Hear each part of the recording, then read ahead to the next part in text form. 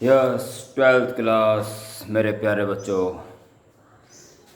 Optics की दो video आपके पास आ चुकी हैं। एक प्लेन सरफेस से रिफ्लेक्शन और दूसरी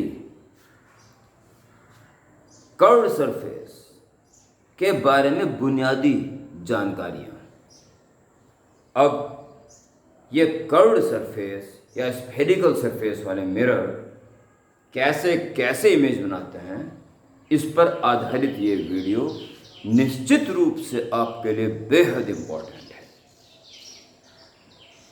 है ही ना लेंगे। बस साथ साथ चलते रहें, रफ नोटबुक लेके साथ साथ चलते रहें।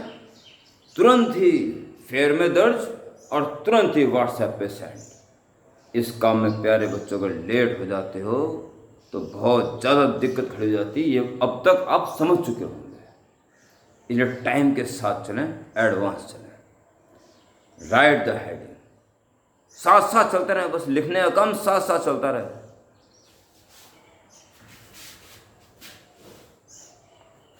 Right the heading, formation of image by spherical mirror of object placed at different positions। दोबारा सुन सकते हो, ठीक है, रिप्लाई करके। उसके बाद पार्ट ए हेड डालेंगे, फॉर कॉनकेव मिरर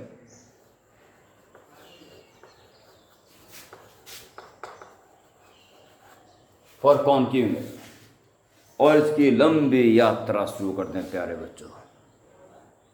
यहाँ रखें मिरर और ऑब्जेक्ट को रखिए वो बहुत दूर इनफाइनाइट पे, और धीरे धीरे पास आने दो, और हर स्थिति में उसके द्वारा बनने वाली इमेज से रूबरू होते रहें।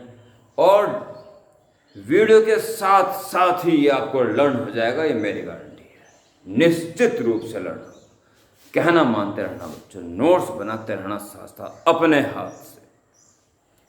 पीडीएफ स्टोर मत करना बिल्कुल भी, अपने हाथ के notes banana. First part, when object is placed at infinity. Okay, तो बनाएंगे डायग्राम कॉनकेव मिरर का, टिंग टिंग टिंग टिंग टिंग टिंग, और ये एक्सिस बना देंगे। एक्सिस को डॉट डॉट दिखा देने का तात्पर्य होता है कि ये बहुत दूर है, और ऑब्जेक्ट को भी डॉट डॉट डॉट दिखाना होता है कि बहुत बड़ा है। O dash its centre of curvature, C pole and mid point F। ये गैप शो कर रहा है कि ये ऑब्जेक्ट कई करोड़ किलोमीटर दूर है, ठीक है। करोड़ों किलोमीटर दूर से आने वाली रेस आपस में पैरेलल हो जाती हैं। जैसे दिन के 12 बजे देखो, आप यहाँ खड़े रहोगे तो रेस यूँ आती नजर आएंगी वर्टिकली, जबकि सन से चली होंगी, सन से यूँ कोई ना कोई एंगल बनाते हुए चली होंगी, ठीक है। पर इन दो रेस के बीच में भी हजारों लाखों रेस हैं, इनके बीच का एंगल कम होता चल जाता है। करोड़ों किलोमीटर दूर चलते चलते वे रेस आ जाती हैं जो बिल्कुल ही एक दूसरे के पैरेलल थे लगभग, और यहाँ वो अच्छी खासी पैरेलल के रूप में नजर आएंगी। कहने का तात्पर्य प्यारे बच्चों, जितनी भी रेस उस डिस्टेंट ऑब्जेक्ट से इस मिरर पर आएंगी, वे निसंदेह आपस में पैरेलल होकर ही आएंगी।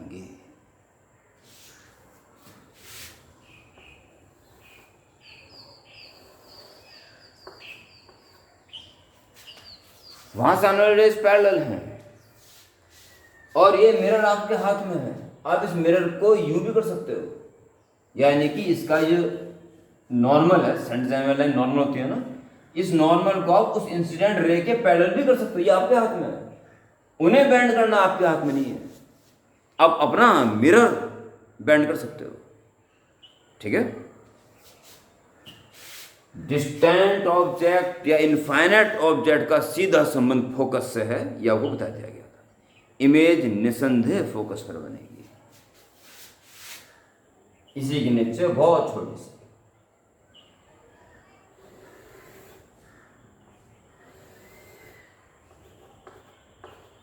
यहां बनेगी, और एक बहुत छोटी इमेज आई डैश एफ और आई कॉन्सिडेंट हो चुके हैं, ये इमेज यहां बननी तय है।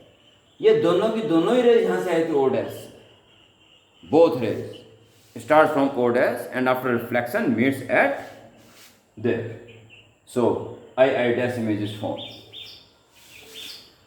इस इमेज ये डायग्राम बन जाएगा पार्ट वन में, सबसे पहले डायग्राम बनेगा बस, और सी के नीचे लिखोगे क्या क्या लिखोगे, अच्छी तरह सुन लें। इसके नीचे आप लिखेंगे ए रियल, क्योंकि दे मीट रियली, वास्तव में मिल रही है, not appears come from, directly meet. A real, मैं एक बार लिख देता हूँ, बाकी फिर मैं बोलता रहूँगा। ए रियल उल्टी बन रही है, inverted, a real inverted diminished या वेरी स्मॉलर या डिमिनिश्ड, ठीक है। ए रियल इन्वर्टेड स्मॉलर या diminished image is form at focus. Diagram बनाना है और इमेज के बारे में सारी बातें लिख देनी है। ये काम करना है बच्चों आज की इस वीडियो में, ठीक है। राइट, और सुनिए ढंग से। ऑब्जेक्ट जो कि करोड़ों किलोमीटर दूर है, 1-8 लाख किलोमीटर चल के पास आ भी गया, तो हमारे लिए अब भी वो करोड़ों किलोमीटर ही दूर है। इमेज अब भी फोकस पर ही बनेगी। ऑब्जेक्ट अगर इनफाइनाइट पे है तो बहुत लंबी दूरी चल देने के बाद भी इमेज नहीं हिलने वाली। जब वो ऑब्जेक्ट मिरर के ज़्यादा ही आसपास आ लेगा तो प्रभाव पड़ेगा, यानी कि सी से पीछे रहेगा और आसपास आ लेगा, इसके बियॉन्ड सी की बात हम करेंगे। पहले एक बात और मान लें साथ साथ, मैंने अभी बताया था आपको कि हम इसको यूं कर सकते हैं, यानी आने वाली रेज आपस में तो पैरेलल है ही हैं।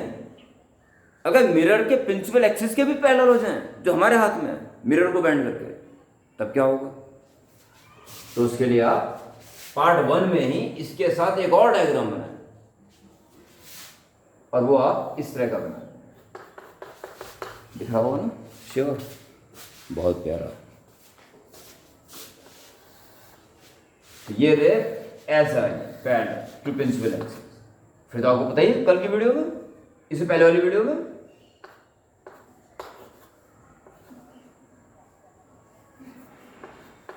सारे सारे काम मिल जाते हैं पैरेलल रेज फोकस पे। और एक पॉइंट इमेज, ए रियल, क्योंकि मिल तो वास्तव में रही ना, a real point image is formed at focus। ये डायग्राम भी साफ साफ दिखाई दे रहा है कि डिस्टेंट ऑब्जेक्ट से आने वाली रे आपस में तो पैरेलल होंगी ही होंगी, और ये हमारे हाथ में है कि वे आती पैरेलल रे इस मिरर की प्रिंसिपल एक्सिस के इक्वल पैरेलल रखें या ना रखें, ये हमारे ऊपर डिपेंड है। इस स्थिति में आप पेपर को जला भी सकते हो। आपने तो लेंस से जलाया होगा, कॉनकेव मिरर से भी पेपर फूकता है, तो ऐसे रखना पड़ेगा छोटा सा पेपर, क्योंकि आने वाली रेस से जगह भी छोड़नी पड़ेगी। वहां तो ऐसा होता है लेंस में कि दूसरी तरफ पेपर रख दिया आराम से, कोई दिक्कत नहीं है। यहाँ तो शार्प पॉइंट भी इधर ही बन रहा है और रे भी इधर से आ रही है। बड़ा पेपर रखोगे तो आने वाली रेस को रोक देगी, तो छोटा पेपर रखना पड़ेगा ताकि उसके अगल बगल से रे आए और कंसंट्रेट होकर उस पेपर पे आ जाए, वो बंद हो जाए। इसके साथ एक थोड़ा सा टेढ़ा कर दोगे, इतना तो आपने लेंस में भी देखा होगा, जब पेपर फूकते हुए बिल्कुल शार्प पॉइंट बन जाता है, पेपर फूक जाता है, जरा सा टेढ़ा उड़ा कर दें हम तो शार्प पॉइंट की लंबी सी पूंछ बन जाती है। बस वो ये ही है, जरा सा टेढ़ा करके पूंछ बन गई और सीधा करके फिर 7 पॉइंट बन गया। अब तो कुछ इमेजिनेशन भी चल गया होगा दिमाग में। ये दोनों डायग्राम है। और second part, draw the diagram and write about image form, that's all. और इसके अलावा कुछ नहीं करना। Second part, beyond C, centre of curvature से पीछे,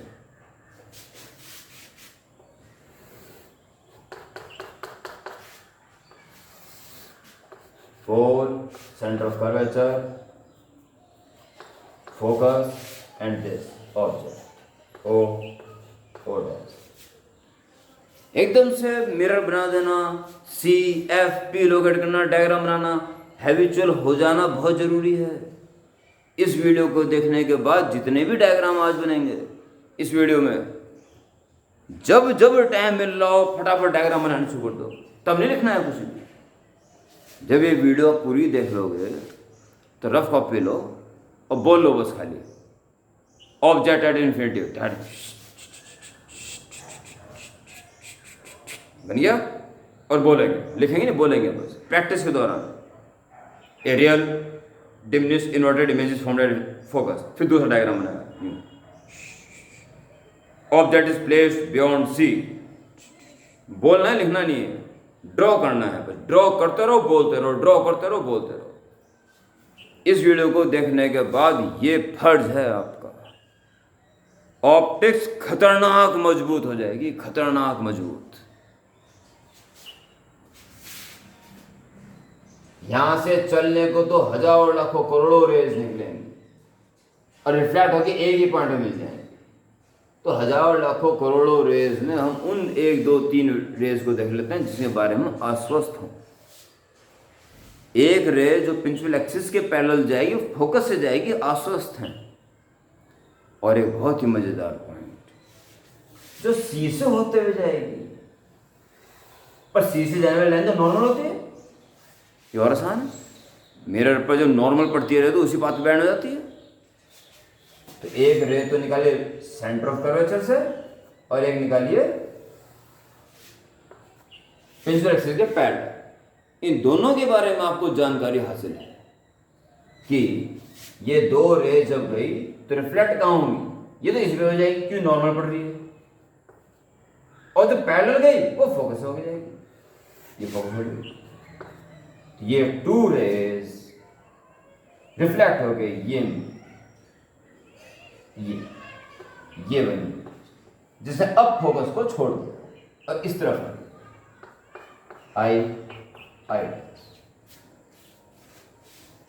ऑब्जेक्ट जब बहुत ज्यादा दूरी पे चल रहा होगा तो फोकस को नहीं छोड़ रही थी इमेज, और ज्यादा ही और दोहरा लिया तो उसने इमेज को, फोकस को उस इमेज ने छोड़ा और खुद ऑब्जेक्ट की तरफ स्टार्ट हुई चलनी। अगर मैं इस दौरान तक की ही बात करूं और कंपटीशन लेवल का एक क्वेश्चन पूछूं तो आप सटाक जवाब दे दोगे, सटाक। प्यारे बच्चों, अब तक ऑब्जेक्ट का इन्फिनिटी से लेके बियॉन्ड सी आने तक के दौरान क्या ऑब्जेक्ट की स्पीड ज्यादा थी या इमेज की स्पीड ज्यादा थी? सटाक से जवाब मिल जाएगा। ऐसा थोड़ी हुआ कि पहले ऑब्जेक्ट आया बाद में सोचा इमेज ने हाँ यार चल मैं चल पड़ती हूँ, बाद में चली, साथ साथ तो होगा। वो तो चल रहा है इनफैंट से, झूं और शांत, झूं शांत, और जब बिल्कुल बियॉन्ड सी आ गया तब इसने उसे छोड़ा, झूं। अब कह रही चल यार अब तो चलना ही पड़ेगा, तब धीरे से यहाँ तक पहुंची। ये काम तो एक ही टाइम पे हुआ ना सारा, उसका झूं यहाँ तक आता है, उसका झूं। किसकी स्पीड ज्यादा हुई? ऑब्वियसली ऑब्जेक्ट की। स्क्रीन से क्या लिख देंगे? अब मैं लिख रहा हूं, सिर्फ बोल रहा हूं और आपको तुरंत लिखना है, तभी आगे बढ़ना है। साइज इसको देखते मामूली से बड़ा हो गया होगा, पर ऑब्जेक्ट से भी छोटा ही रहेगा। तो आप लिखेंगे यहां रियल, ए रियल इन्वर्टेड diminished या smaller image is formed between C and F. Diagram और से ये स्टेटमेंट. ओके, चलिए जी.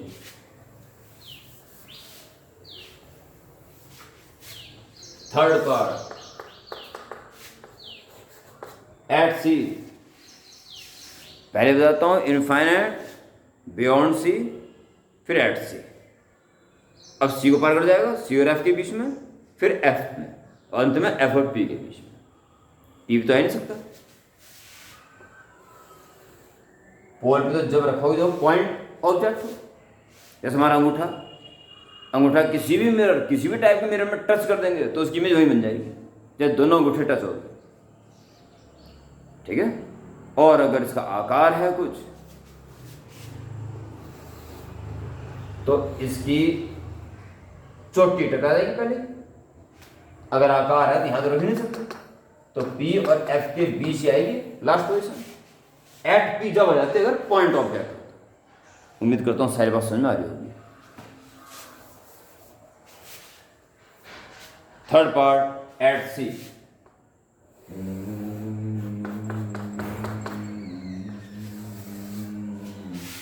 सी एफ. बहुत जल्दी आप हेल्पफुल हो जाओ तो इसके फटाफट बनाने में, और यही करना है आपको.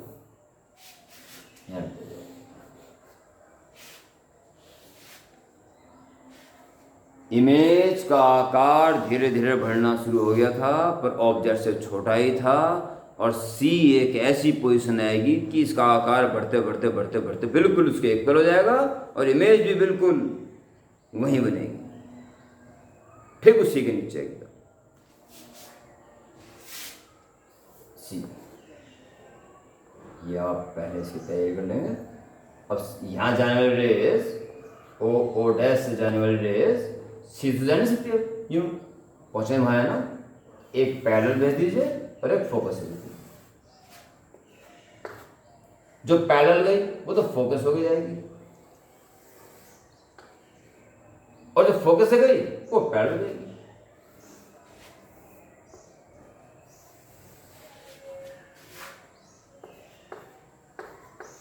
ये दो इंसिडेंट रे रिफ्लेक्ट हो गए, यहां बनी है ठीक इसके नीचे,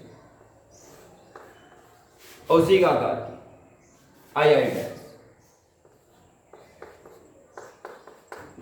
सी ओ और आई बिल्कुल एक ही पॉइंट हो चुका है. और अगर ज्यादा समझाने की मुझे जरूरत नहीं है कि इसके बारे में क्या लिखना है.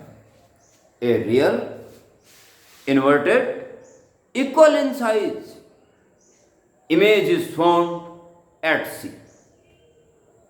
ओके. अब कंटिन्यूटी अगर देखते रहते हो प्यारे बच्चों, तो इमेज का आकार डिमिनिश्ड से बढ़ते बढ़ते इक्वल हो चुका है, और ऑब्जेक्ट इनफाइनाइट से आते आते सी पे आ चुका है. उसकी इमेज का आकार बढ़ते बढ़ते बराबर हो चुका है कि अभी ये और अंदर जाएगा और ये और बाहर आएगा, और इसका आकार अब इक्वलिटी से भी ज़्यादा बड़ा हो जाएगा. इमेज फोकस तक जाने की दिक्कत है, उस ऑब्जेक्ट को फोकस तक जाने की दिक्कत है कि इमेज इनफाइनाइट भाग जाएगी. अब किसकी स्पीड ज़्यादा हो जाएगी? यस, अब इमेज की स्पीड ज़्यादा हो जाएगी. ये पॉइंट कंपटीशन के लिए हद से ज़्यादा इंपॉर्टेंट है. कॉन्केव केस में जब तक ऑब्जेक्ट सेंटर ऑफ कर्वेचर से पीछे है तो उसकी स्पीड हर हाल में इमेज की स्पीड से ज़्यादा होगी, और जब ऑब्जेक्ट सी को क्रॉस कर देगा तब इमेज की स्पीड हर हाल में ऑब्जेक्ट से ज़्यादा होगी. या आपको याद नहीं करना, समझ लेना है बस. हो गया फोर्थ पार्ट. अब इसको और अंदर भेज दो, ये बाहर आता आता आता और बढ़ा जाएगा, बड़ा भी हो जाएगा, सब कुछ दिखाई दे रहा साफ साफ. Between C and F. Between C and F 1 2 3 चौथा ना,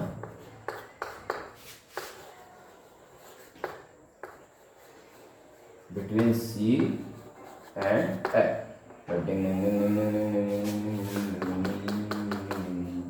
ला ला ला ला ला ला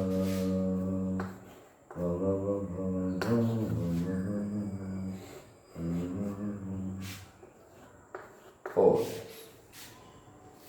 एक रे तो ऐसी निकालिए इस मिरर पे, ठीक उसके पीछे सी हो, जैसे कि सी की सी से आ रही है, स्टार्ट यहीं से ली है, ठीक है,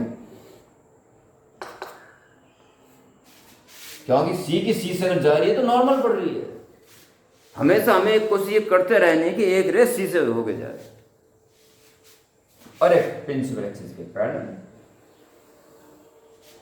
ये है जी दो इंसिडेंट रे, रिफ्लेक्ट हो गया, जहां मिलेंगी वहां इमेज बनेगी। तो जो नॉर्मली पड़ी वो तो इसी बात पे लौट जाएगी, ये लौट गई, ये लौट गई, और जो पैरेलल गई वो फोकस हो जाएगी, वो फोकस हो जाएगी।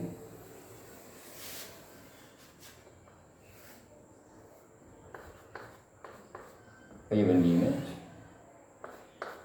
आकार भी बड़ा हो गया, ये इतना ही चला, उसे इतना चलनी पड़ेगी, यहां तक दोनों एक साथ आ चुकी थी ना, ये जरा सा चलेगी, ये ज्यादा चलेगी, क्योंकि सिद्ध हो तो चुका है कि अब इमेज तेज चलेगी। ड्रॉ द डायग्राम, और क्या लिखेंगे इमेज के बारे में? अब रियल इन्वर्टेड मैग्नीफाइड, अब बड़ी हो चुकी है, real inverted magnified image is found beyond C.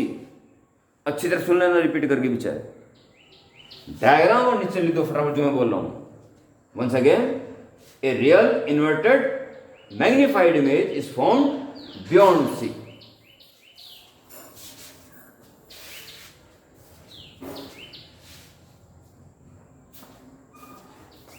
Fifth part, अब क्या बारी आ रही है? Infinity, beyond C, at C, between C and F, now at F, and finally between F and T. बस कहानी खत्म।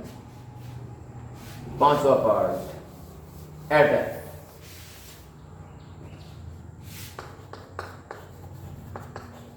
At focus.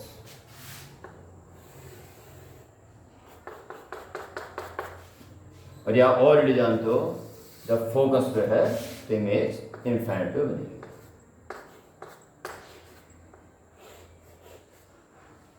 O O dash, O O dash, O F के साथ कॉन्सिडेंट हो चुका है। डॉट टू रेज, एक तो ऐसी निकल तो बहुत से निकल रही है, इसकी सीध से आती नजर आ रही होगी, तो ये गई प्रिंसिपल एक्सिस के पैरेलल। जो नॉर्मली गई वो तो उसी पाथ पे लौट जाएगी, ये चली गई, और जो पैरेलल गई वो फोकस जाएगी, and becomes parallel, so meet at infinity. दिखने लगा होगा तो यहां लिख देना, इसके बाद टू इन्फिनिटी, इसे आगे लिखना, जो यहां पे यहां लिख देना।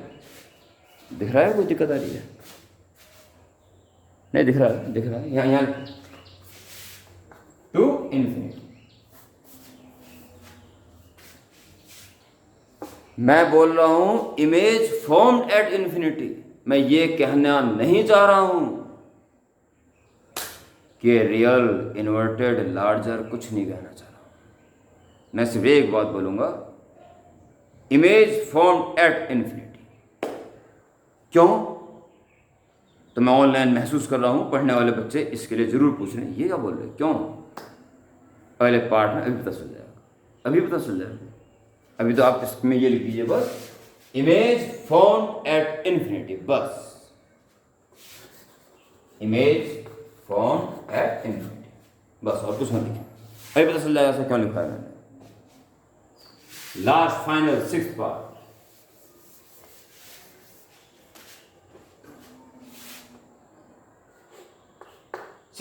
Last part, between F and P.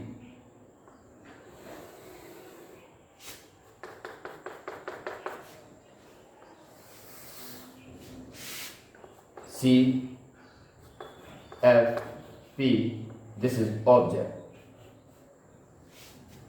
O dash,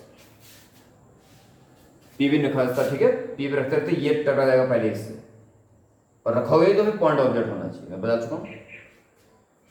तो एक जो तो जैसे ही बीच पीछे सेंटर पड़ रहा हो, स्टार्ट यहीं से हो रही है, सॉरी यहाँ से कैसे होगी स्टार्ट यहीं से हो रही है, इसके ऊपर कंसिडर किया और पैरेलल इसके ऊपर कंसिडर किया, निकलने तो बहुत सारी निकल रही है, जानी पहचानी मिलो जिनके बारे में आप जानते हैं। जो नॉर्मली पड़ी वो तो उसी बात पर लौट गई, और जो पैरेलल गई वो फोकस से गई। रियल में तो मिलने वाली अब ये है नहीं, अब रियल इमेज तो नहीं। Okay, the appears come from, कहां से आती नजर आ रही है? टिंग टिंग टिंग टिंग टिंग टिंग टिंग टिंग टिंग टिंग, ये आई डैश। अब इमेज के बारे में जो बोलोगे, एक तो वर्चुअल इमेज बन रही है, और अब इन्वर्ट की जगह इरेक्ट इमेज बन रही है सीधी, मैग्नीफाइड अब भी बन रही है, परंतु मिरर के दूसरी तरफ या इनसाइड मिरर बन रही है। ठीक है, पहले लिख के केस खत्म करें। पहले जो लिखना है आपको, ए वर्चुअल, यही लिखना है, हाथों हाथ लिखते रहना। मैं स्पीड मैंने कम कर दी ताकि आप हाथों हाथ लिख सको घसीट मार के कॉपी में। A virtual erect magnified image is formed inside mirror. Okay, इससे पहले 5वें पार्ट में मैंने रात छोड़ दिया था, एट इन्फिनिटी ही लिखना और मत लिखना। सुनिए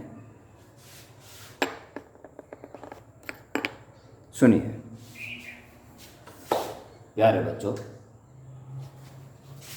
अगर मैं इसको इधर ले जाऊं, मैंने कहा था अंगूठा में यहां टच करूंगा तो उसकी इमेज यहीं टच हो जाएगी, यानी इसको मैं जितना यहां लाऊंगा उतना ही पास यहां पे आएगा, और जितना पिछड़े जाऊंगा उतना ही दूर भागेगा, और इस F को टच करते करते वहां गायब हो जाएगा। अरे क्या इधर से देख रहे, जब इधर से आ रहा था C पे बराबरी आ गई थी, ये इधर आ रहा था और इमेज उधर भाग रही थी, और जैसे ये F को टच करने वाला था वहां गायब हो गई थी चेन फाइंड। बताइए, सोचिए, ये है F,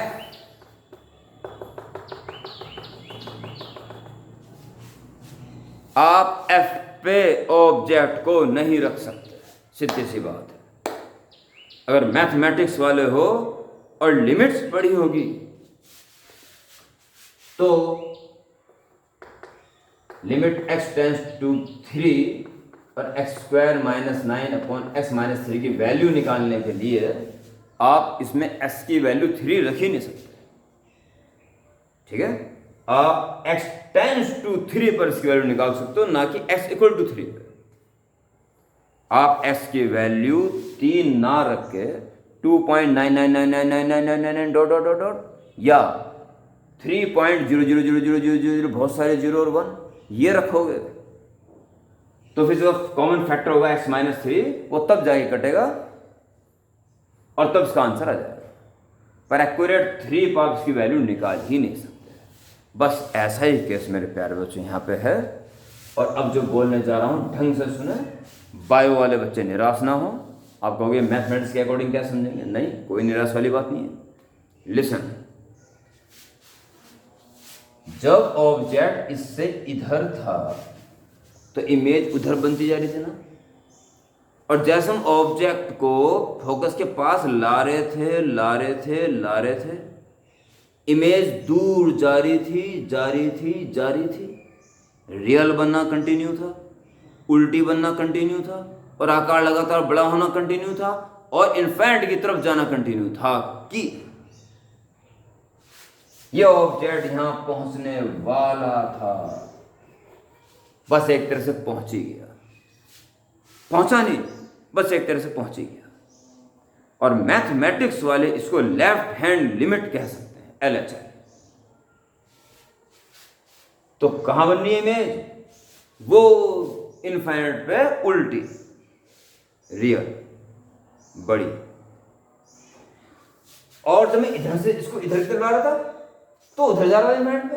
जब बिल्कुल इसके पास जाओगे, F की लाइन को टच करने वाले होंगे, तो इमेज वो दूर बन चुकी। वर्चुअल, इरेक्ट, बहुत बड़ी, इनफाइनाइट। और ये दोनों गैप लगभग ना के ही बराबर है। जैसे लिमिट में आप S=3 नहीं रख सकते थे, या तो LHL या RHL रखते, उसी प्रकार से ऑब्जेक्ट को आप फोकस पर नहीं रख सकते। हल्का तो पता नहीं पड़ेगा, हल्का से इधर की तरफ है कि इधर की तरफ है। दोनों पॉइंट्स में कॉमन बस एक ही पॉइंट है, इधर बन रही हो तो इन्फिनिटी पे, उधर बन रही हो तो इन्फिनिटी पे। अर्थात हम एक ही बात देख सकते हैं, image formed at infinity. Okay. Blade की धार पर अगर मच्छर बैठेगा तो बीचों बीच नहीं बैठेगा, टांगे फंसा लेगा और अपना पेट स्लाइटली इधर या स्लाइटली इधर रखेगा। ऑब्जेक्ट इस ब्लेड की धार पर नहीं रख सकते, मामूली भर से इधर उधर चलेगा। और एक रोचक बात और है, अगर ऑब्जेक्ट ये रखा हुआ है तो इमेज वो बन रही है नीचे बड़ी इनफाइनाइट पे, और अगर ये है तो वो बन रही है सीधी बड़ी इनफाइनाइट पे। और मैंने तो क्यों नहीं यहां से टक यूं किया, बस ऑब्जेक्ट को फोकस लाइन से स्लाइटली क्रॉस करा तो इमेज वो जो वहां बन रही थी रियल, वो एकदम से गायब हो गया, वहां बनेगी वर्चुअल। मैं तो ऑब्जेक्ट को टिंग टिंग टिंग टिंग टिंग टिंग ऐसे करूंगा और इमेज धूम धाम। ओके, बड़ा रोचक तथ्य है। When object is placed at focus, कहने को तो एक चीज बोल दो बस, object is placed at focus या image is formed at infinity, कहानी खत्म। समझ गए बात को? कहानी खत्म नहीं करनी है, बड़ा इंपॉर्टेंट पार्ट है, बहुत इंपॉर्टेंट पार्ट है। LHL RHL की बड़ी जबरदस्त कहानी है। It's okay. और प्यारे बच्चों, part B for convex mirror भी इसी वीडियो में कर लो, क्योंकि इसके इतने सारे पार्ट नहीं होते। ठीक है?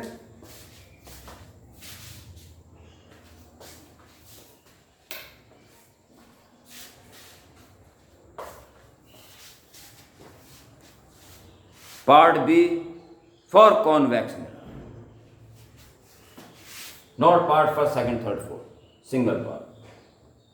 ला ला ला ला ला ला ला ला ला ला,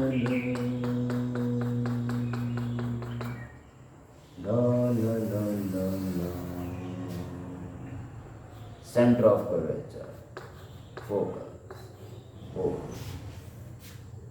प्यारे बच्चों, ये कॉन्वेक्स मिरर है, इधर से पॉलिश हो रखी है।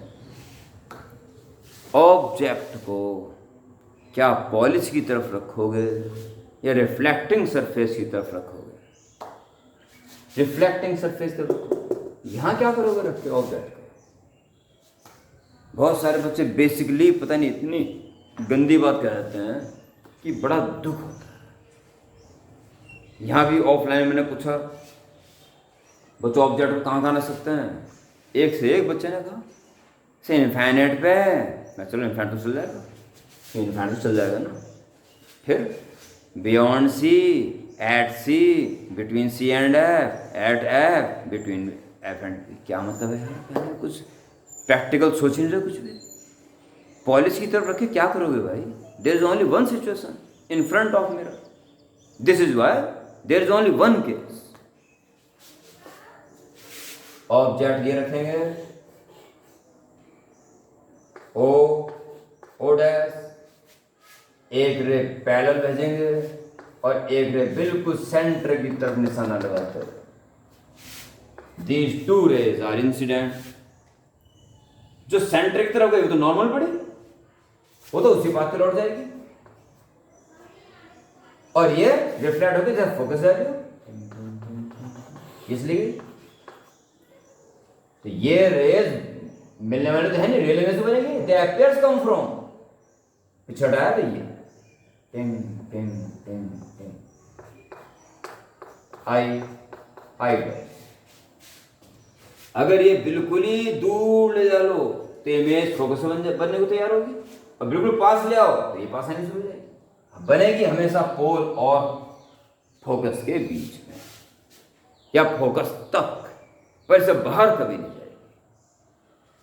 तो part B for convex mirror, draw the diagram, और क्या लिख देंगे, always a virtual erect diminished image is formed inside mirror between F and P। Okay, तो ये थी इस वीडियो का सार। स्फेरिकल मिरर, चाहे वो कॉन्वेक्स हो चाहे कॉनकेव हो चाहे कॉन्वेक्स हो, ऑब्जेक्ट कहाँ रखा है तो आपको पहले पता चल जाना चाहिए गुणा भाग करने से पहले कि इसकी इमेज तो निश्चित रूप से यहीं बनेगी।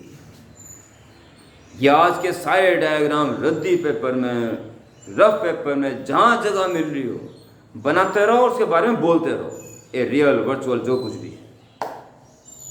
प्रैक्टिस के दौरान तो केवल ग्राफ ड्रॉ करना साफ सुथरे और बोलना है बस।